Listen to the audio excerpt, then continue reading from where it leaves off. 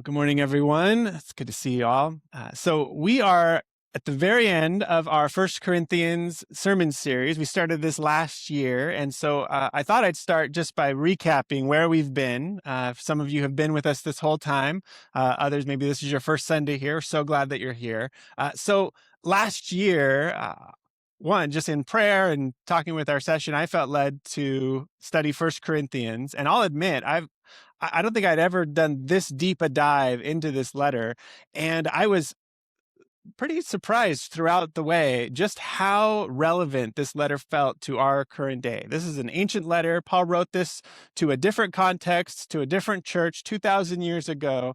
And yet it felt like several weeks, the exact passage that we were landing on was speaking directly to what was happening in our world today. So that was just really exciting for me. We called it Reaching Our Metropolis. So this letter, the city of Corinth, it was this huge metropolis. It was this port city, and you could find a little bit of everything there. Every economic class, every ethnicity, every way of life, every sexuality, everything was there in the city of Corinth, this big hustle and bustle. And these Christians were converting from their old pagan ways into this church of Jesus and bringing a lot of their culture and some of their baggage with them. And so Paul, writing this letter to the Corinthians, it felt like, wow, this is a perfect connection to our day and age today, where especially here on the West Coast, but really almost anywhere you go, you're going to brush up against people from every different walk and manner of life. And so this call in this letter was, how do we remain faithful to Jesus, grounded in his word, and be a faithful witness, loving our neighbors, not just cloistering ourselves off and secluding ourselves, but being a real light to our culture around us. So First Corinthians was all about that. And so I want to kind of just go all the way back a little bit to the beginning. What did we talk about over these last several months, really? And I came up with 4 pillars. These are like the foundation of this book. Paul begins with grace. He talks a lot about the cross, the church, and love. There's a lot of maybe other ways you could piece apart this letter, but this is like the foundation of this whole letter. And throughout, Paul has some pretty scathing words to the Corinthians. Like they've messed up in a lot of ways, but he doesn't come out of the gate swinging. He actually starts with grace. And so if we go even to, I'll just do a quick brief. I'm not going to read the whole letter for us again, but he begins with grace as our foundation before he jumps into all of the critique. Verse 4 of the letter, I thank my God always for you because God's grace that was given to you in Christ Jesus. And he grounds their whole identity in God's grace. You didn't earn it. You don't deserve it. God chose you because he loves you. And actually that helps to focus his critique. His critique is precisely because they're not resting in that grace. They're not clinging to that grace. They're acting like it's up to them, and they're vying for positions. There's a lot of divisions in the church and infighting. There's pride and idolatry. There's immorality. There's all of these things that have gone wrong in the church in Corinth, but it begins with this incredible foundation of grace. That's where we always want to begin as a church. That's what we named our church, Grace Hill. Grace is where it all begins. It's the foundation of everything that we do. We know we're not striving. We're not trying to earn it. Now we mess up along the way, which is why grace is also so valuable. The next, he talks a lot about the cross, and the cross is our aim. And I want to talk about that for a little bit because it's not just the thing that we want most prominent in our view. It's not just the goal that we're headed toward. For Paul, the cross becomes the shape of our lives. It's not only our aim, it's how we aim. In chapter 1 and 2, he jumps right into this message of the cross. He says, where are the wise? Where are the legal experts? Where are today's debaters? Hasn't God made the wisdom of the world foolish? In God's wisdom, he determined that the world wouldn't come to know him through its wisdom. Instead, God was pleased to save those who believe through the foolishness of preaching. And the preaching particularly is this: Jews ask for signs, Greeks look for wisdom, but we preach Christ crucified. It's a scandal to the Jews, foolishness to the Gentiles. But to those who are called, both Jews and Greeks, Christ is God's power and God's wisdom. And then in just the very next chapter, he pits this wisdom of God with the wisdom of the world. The way the world works, the way the rulers of this world operate with worldly kind of power. They operate through strength, through money, through big flashy events. The cross operates more in secret, in these small day-to-day acts, through self-sacrifice and service, through this incredible love of Christ giving his life for us. And he says, it is a wisdom that none of the present-day rulers have understood, because if they did, they never would have crucified the Lord of glory. And so all throughout, Paul is grounding us in this cross. And we talked a lot. I introduced this word cruciformity to you. It's a big, fancy theological word, I think coined by scholar Michael Gorman, but it's a great term for Corinthians. Cruciformity is a way of describing the manner of our life. How do we actually do the ministry that God has called us to do? How do we live as a church? The way that we act with our neighbors, with our families, the way that we want to shine God's light in the world is cross-shaped. So just as Jesus is our Savior, our foundation, he's the reason why we exist, he's also our model. So we look to him to say, well, the way that you gave up your rights, your freedom, you gave up your life so that we could live. That's the same sort of way that we want to be shaped as we interact with our neighbors in our community. So we want to be cross-shaped as our aim. And then he talks a lot about the church, kind of the whole letter, but especially getting near the end, you realize a big part of Paul's critique is that the church, which is supposed to be this family that takes care of one another, that cares for one another, that is excited about all the various gifts and diversity among them, they're creating divisions and they're vying for status and they're saying, well, my gift is more important than your gift. And so several weeks ago, we talked a lot about the gifts of the church. The big metaphor that Paul uses is of a body. He says Christ has a body here on earth. We are the hands and feet of Jesus. And so just as one body has many members, the eye and the ear and the hands and the feet, that's how God has formed his body, the church, throughout the world, where we come together. We're not all one body part, just the hands or just the mouth or just the stomach, but we come together with all our different gifts of service, of preaching, of leading us in worship, of planning and administration. All of these gifts come together to form the body of Christ. We're the hands and feet of Jesus. But the church in Corinth has forgotten that in many ways.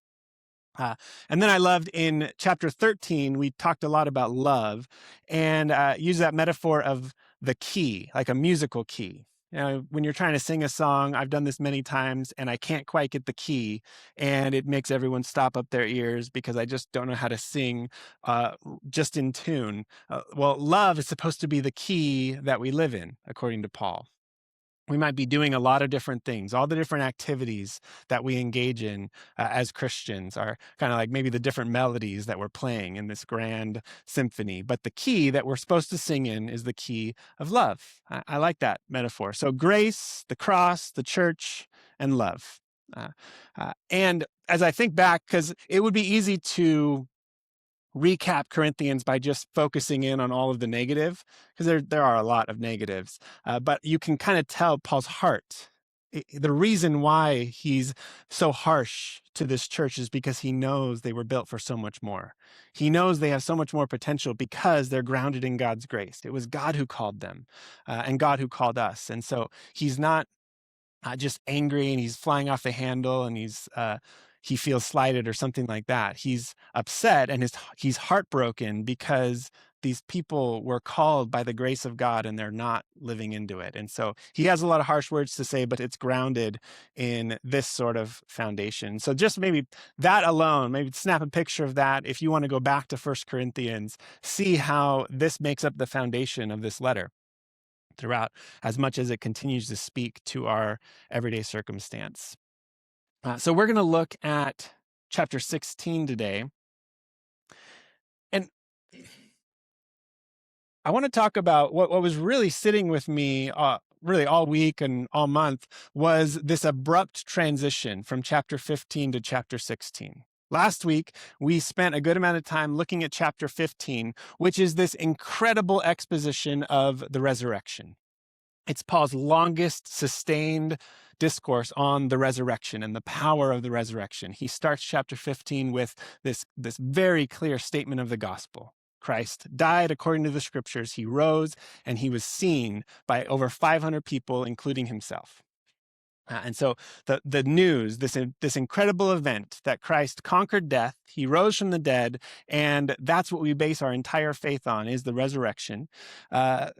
Chapter 15 goes, not just that Christ was raised, but that we also, that's our hope. We are going to be raised to new life because we've put our faith and trust in Jesus. And so resurrection is bodily resurrection. We get to live with God forever on a renewed earth without sin and death and decay and suffering, but it's going to be physical and it's going to be forever. And so there's this incredible hope of the resurrection.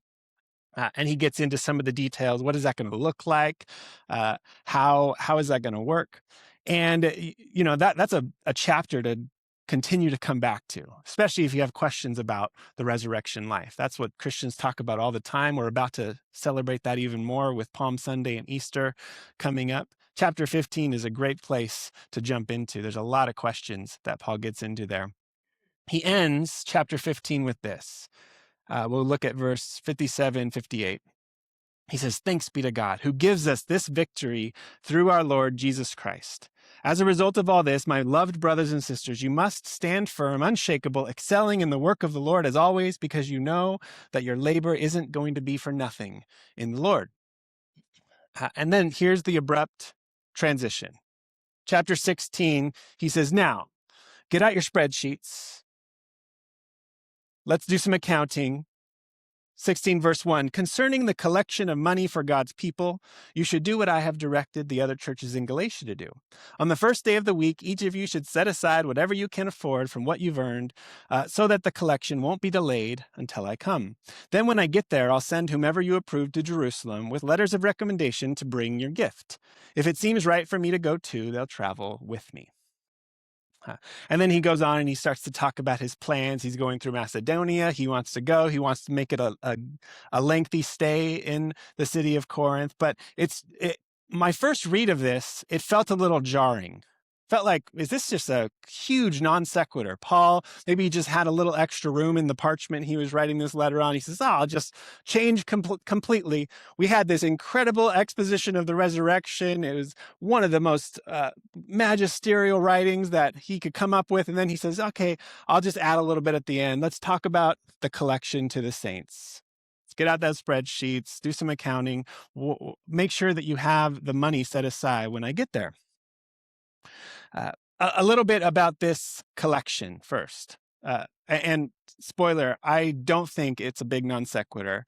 I actually am convinced, the more I read this, that this is precisely the application that Paul has in mind when he's thinking about the resurrection.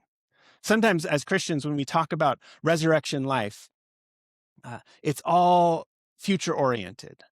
We think about when we die, we get to go to heaven, we get to be with God forever. And of course, that's true. That's a huge part of our hope. But sometimes we miss, there's a gap between that incredible future experience and, well, what happens here day to day? What about the nitty gritty of daily life? Does our hope in the resurrection have anything to do with the decisions that I'm going to make later today, with my interactions with my neighbors or my family this week? For Paul, it has everything to do with that. Our hope in the resurrection is not simply a future event. It also is something that we are invited into right here, right now. Because Jesus rose from the dead, he is already beginning to transform our lives, to make us more and more like Jesus, to take away our fear, our anxiety, our shame, to start to transform us from that life of sin and turn us into these image bearers of God. And so for Paul, all of those kind of what we might call mundane, ordinary, everyday events are exactly a part of this incredible news of the resurrection. He ends the chapter 15 by saying just that. He says, know that your labor is not in vain, or your labor is not going to be for nothing in the Lord because of the resurrection. The things that we do day to day, it's precisely because of the resurrection that they matter. And so that's why he goes, well, then of course, I'm going to talk about this collection to the saints. So a little background on this collection. This is actually a huge part of Paul's ministry. It kind of gets unnoticed. When I think of Paul as this great orator. You know, he stands in the Areopagus and he debates with the Stoics and the Epicureans in Acts 17. He draws huge crowds of people in Ephesus and a riot begins because of his preaching. And he's going around the ancient world and he's planting churches. And so I think of Paul as a teacher, as a speaker, maybe a little contentious sometimes. I think of him certainly as a church planter. But I don't always think of Paul as a missionary who's collecting money to help the poor. But that's precisely what he's doing. Actually, this collection is a huge part of many of his letters. He writes about it in both of the letters to the Corinthians. He writes about it in Romans and Galatians, and he talks about it in the book of Acts. What had gone? This is in the mid 50s AD. Anyone there? No. Not yet. A little too long ago. But in the mid 50s AD, a big famine had struck Jerusalem, and so there were a lot of poor people hungry in Jerusalem. Paul, as he is called by God as the missionary to the Gentiles, he's been planting churches around the world, but he recognizes that we are tied together with the churches in Jerusalem. And so he begins to collect this huge fund of money. It was this big undertaking to bring supplies and goods to the poor in Jerusalem. And he's calling upon all of these Gentile churches to be a part of it, to say, we're all one family of God. And so this is what we're going to be about. And so that's a big part. It's not the only part, but it's a big reason why he's writing all of these letters and doing all of this work. Some scholars have pointed out it's not an overstatement to say if this collection wasn't going on, we might not have some of Paul's letters. Some of the churches Paul planted may not have ever been planted, because one of the impetus for him going around this world was to collect this fund to help the poor in Jerusalem. And on the way, he's going to keep preaching the gospel. He's going to keep planting churches. He's writing these letters. And so the ministry continues to expand and spread, and people still hear about Jesus, but a huge part of that was because of this collection to the poor.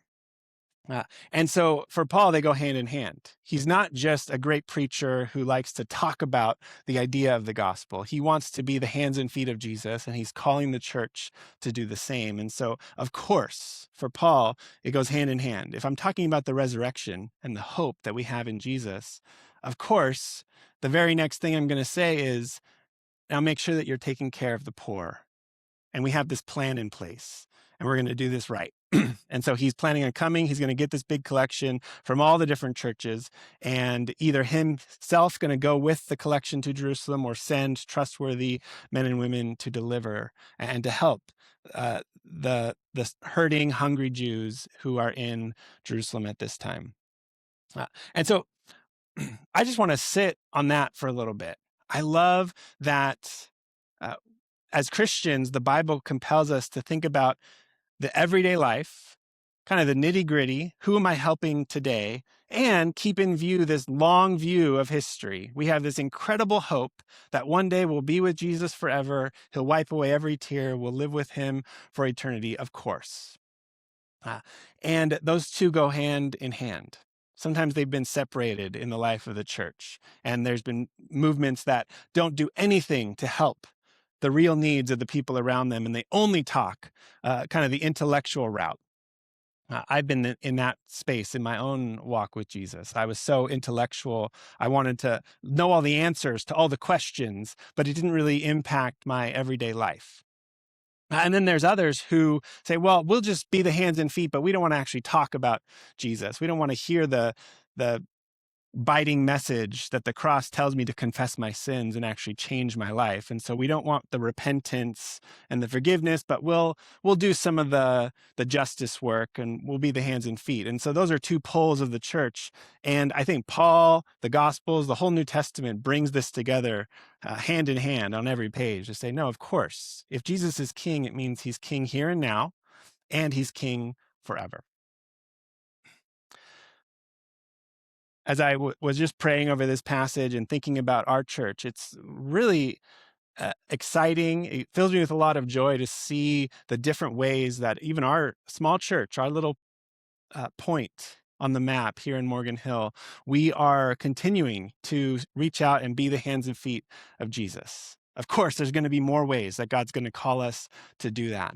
But you've seen, for instance, our deacons keep showing up in our announcements. Right?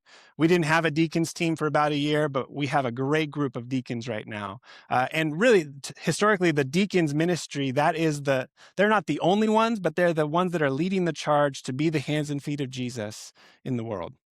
And so every little small act of driving people to an appointment that they need to make, of helping people with some groceries, of going and calling people and being a presence in their lives. This is exactly what Paul is talking about here. Because of the power of the resurrection, we're going to go and be the hands and feet of Jesus every day in every way that we can. And we need everybody. There's going to be other ways, other opportunities to be the hands and feet that us, the leadership, we're not going to think about, but maybe God's put on your heart. Say that this is an area that we can step in and do by supplying needs for the nursing home in town, things like that. This is exactly what Paul is getting at here. And so the more I sit with this transition, it gets me really excited to say, yeah, of course. I don't always do that. In my head, I would just stop in chapter 15, be like, oh, that was a great exposition on the resurrection. All right, what's next? But chapter 16 brings me back down to earth to say, yeah, but think about your neighbor and that person right next door who needs a helping hand today. And how do those two go hand in hand? Just to reiterate this, maybe come at this from another angle, a story from the life of Jesus has been on my mind all week. It's in Mark chapter 12 and 13, and it really highlights the things that Jesus pays attention to versus the things that we often want to pay attention to. So I'll start with chapter 13. Jesus and his disciples are just leaving the temple. All right. And chapter 13, verse 1, as Jesus left the temple, one of his disciples said to him, "Teacher, look, what awesome stones. Look at these buildings." They're just enamored by the majesty of it all. King Herod's temple at this time, around 30 AD, was covered with gold. It shone for miles. It was incredible. And it's still an incredible feat of engineering to this very day. And so they're looking at these huge stones. And Jesus says, is that what you're looking at? Not one stone is going to be left on the other. He's like, what? Is that what you're paying attention to? That's kind of how the tone of Jesus's voice that I have in my head anyway. When they say, "Teacher, look at these awesome stones." And Jesus says, really? Is that what you're paying attention to? See, the backstory here, we're going to go back just 2 verses. In the very end of chapter 12, we actually get a great contrast. That was what the disciples were paying attention to. Let's look at what Jesus was paying attention to. Jesus sat across from the collection box for the temple treasury and observed how the crowd gave their money. Many rich people were throwing in lots of money. One poor widow came forward and put in 2 small copper coins worth a penny. Jesus called his disciples to him and said, "I assure you that this poor widow has put in more than everyone who's been putting money into the treasury. All of them are giving out of their spare change, but she, from her hopeless poverty, has given everything she had, even what she needed to live on." The story, as I think about the hustle and bustle of that day, there's all of these wealthy people with great costumes coming on, and they're giving their change into the treasury. And those are the kind of people that the world would look at, right? It looks really big and flashy and glamorous. And then there's this small widow. I actually am convinced that Jesus was the only person who recognized her that day. She's so in the background that it would have been easy to miss.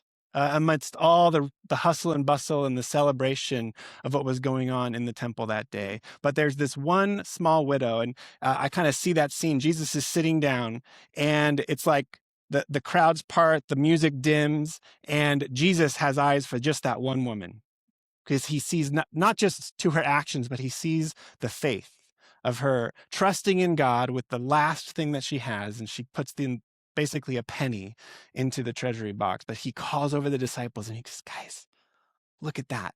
Did you see what just happened there?"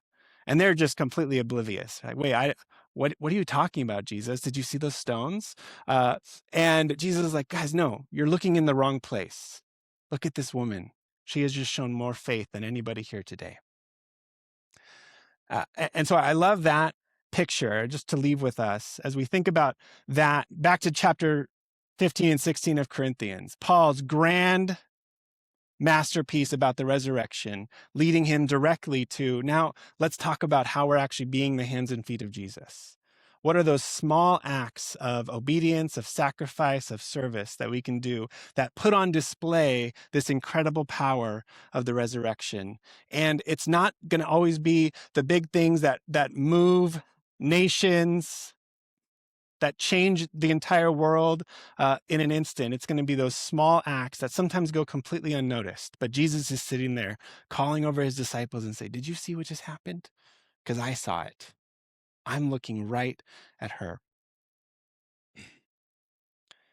Okay, one last kind of metaphor to hang this on. I was thinking back to several years ago, my family and I went on a high ropes course up at Lake Tahoe. I think we have a picture of one of those. Do we have that? Yeah.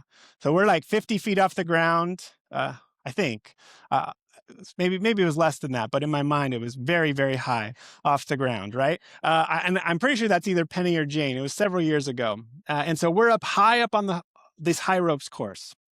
And it's risky, it's scary, your heart's pumping, and you're trying to get through all of these obstacles. It's pretty good work. It was strenuous. We were huffing and puffing at the end of that. But I also recognized that the entire time I had this huge harness on. And there were a few times where I completely slipped and the harness caught me. And that, for me, as a metaphor, as we talk about being the hands and feet of Jesus, it's kind of, for me, like walking the high ropes course. It's still going to be risky. It's going to be hard work. It's going to actually be significant.